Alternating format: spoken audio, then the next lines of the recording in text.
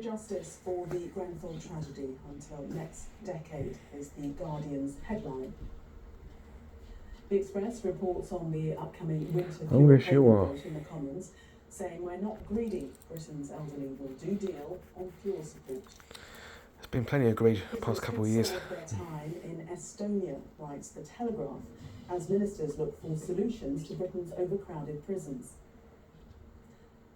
The Daily Mail report Rwanda's back, but it's Germany planning to use it. The Mirror has a royal exclusive with their splash, saying a monument for Queen Elizabeth as they reveal plans for a sculpture in St James's Park. Brexit food laws set for delay to avoid price rises in supermarkets, reports The Eye. The Financial Times leads with the EU's well, any greedy bastard can get stuffed, I'll tell you that. Michel Barnier's nomination I just want to see the back of them. next Prime Minister. The end of greed, for good. And the Star claims that Vladimir Putin ordered the assassination of a whale on the grounds it might have been a spy. And a reminder that by scanning the QR code you'll see on screen during the programme, you can check out the front pages of tomorrow's newspapers while you watch us. And we are joined tonight by Henry Hill and Sangeeta Meisker. Welcome to you both. Let's start with the Metro and their front page and this ongoing inquest into the Jeremy Kyle show, an episode that's never before been aired but was played to the inquest today. Sangeeta, take us into this story. It's an incredibly sad story. Steve Diamond, 63, took his own life after appearing on the Jeremy Kyle show. He had been accused of cheating on his girlfriend, and on the show he's put onto a platform and in front of a live studio audience along with his girlfriend at the time.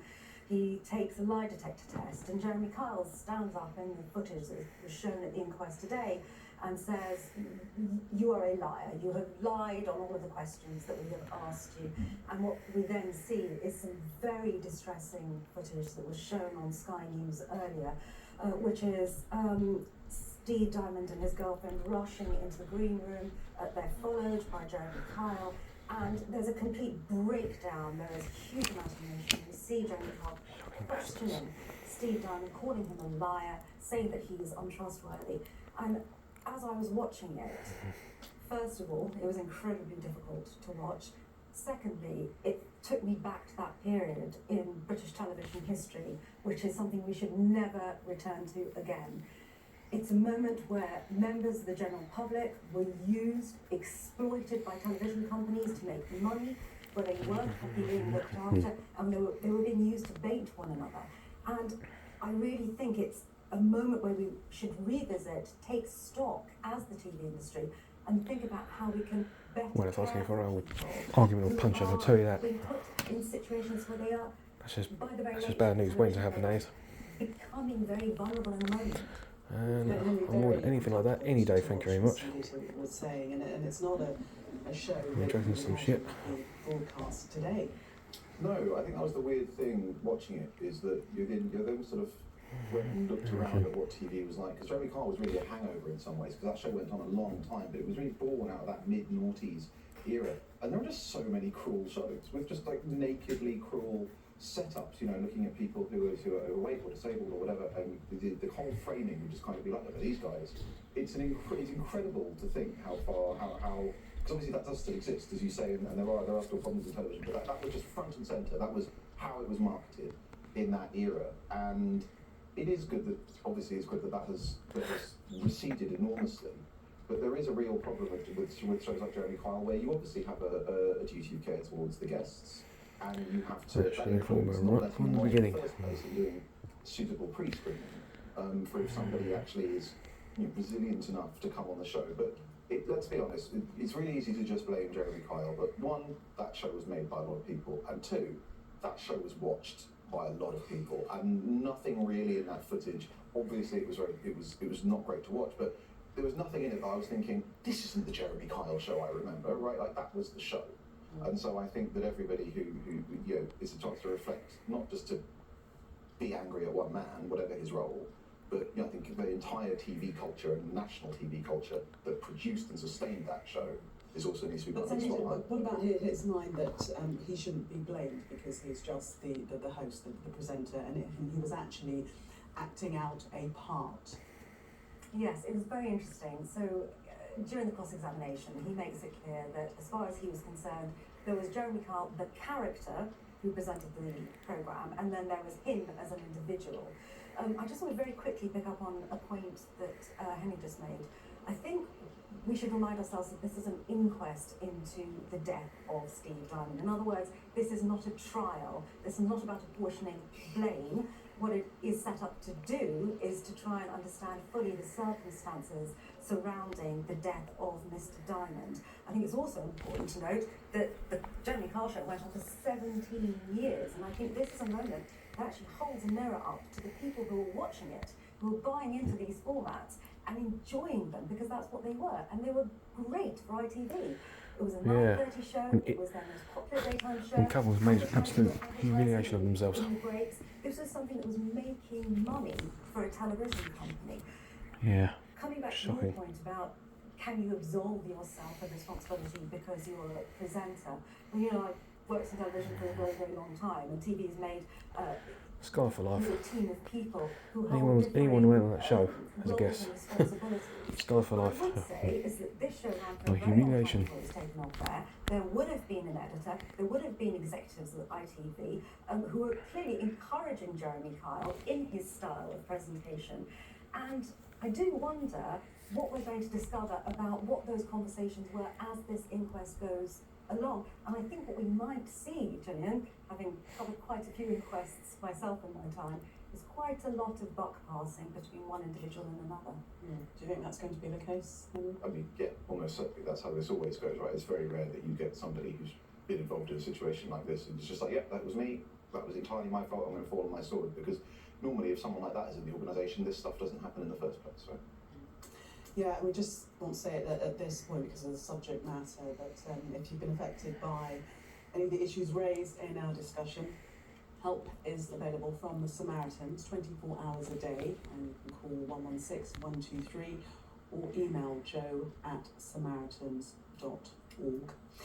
Well, let's move on to the Daily Mail, another sad story that's talking about Grenfell, justice for Grenfell victims might only come in the 2030s, front page of the Guardian. Right.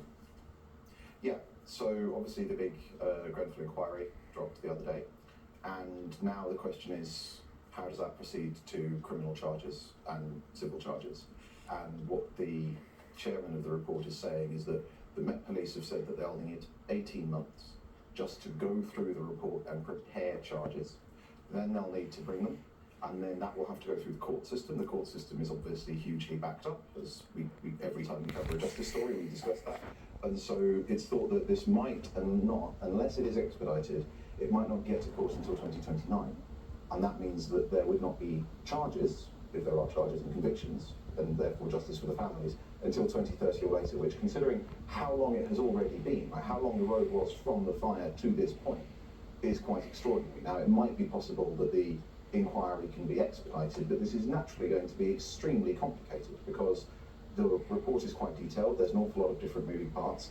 The people under investigation are large companies that are obviously going to fight tooth and nail against corporate manslaughter charges and the rest of it. So there is no way to avoid this taking a long time. But I think we could at least hopefully have something taken so it gets into court quicker, because the idea of the families waiting until 2030 is just ridiculous.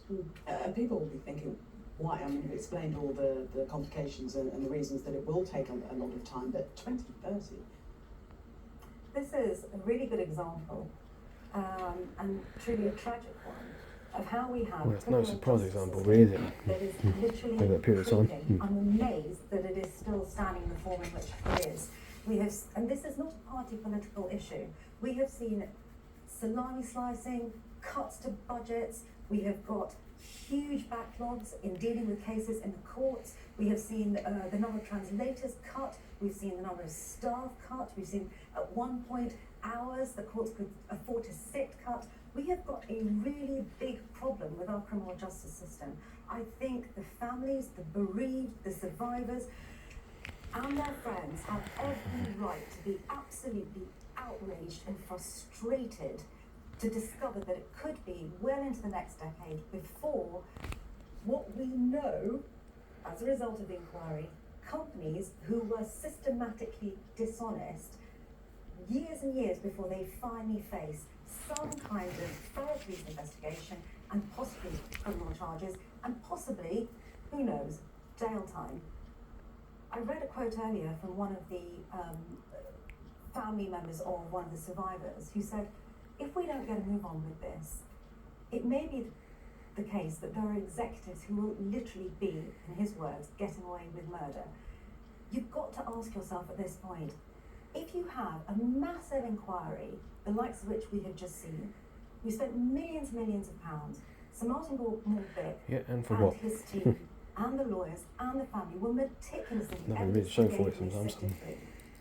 If we cannot at this point bring charges against a group of people who quite clearly, in some on some occasions were participating in a cover-up, if we can't bring charges at this point, there is something really fundamentally wrong with our laws. And we need to take a good look at what is happening both in the criminal justice system and the way laws are framed. Henry, let's just finish with the Mail and their headline, Miranda's It's all back, jack shit. but Not it's necessary, is it? It's time for the planning to Pathetic. take up the plan. Yeah, so essentially the United Kingdom has paid for all of these facilities in Rwanda, and then the government has pulled out of the scheme. I think that's good or bad, but those facilities are still there. And so basically Germany's thought, well, they've already been paid for. And lots of European countries are looking for ways to offshore their processing because they're all facing similar problems.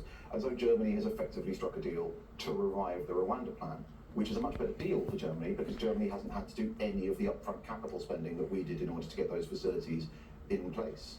It's going to be very interesting for all future governments because it's not just Germany, Denmark and other countries, they're all exploring these offshoring options. And so it might be that this is something that Britain returns to at some point in the future, but all of the stuff we originally paid for will be full of Germans.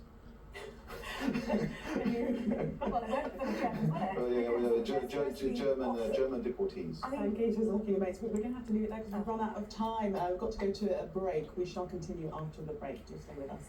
Coming up, Michel Barnier is a name you might remember from when we discussed Brexit every single night. But now he's been named France's next Prime Minister, and we'll discuss that next.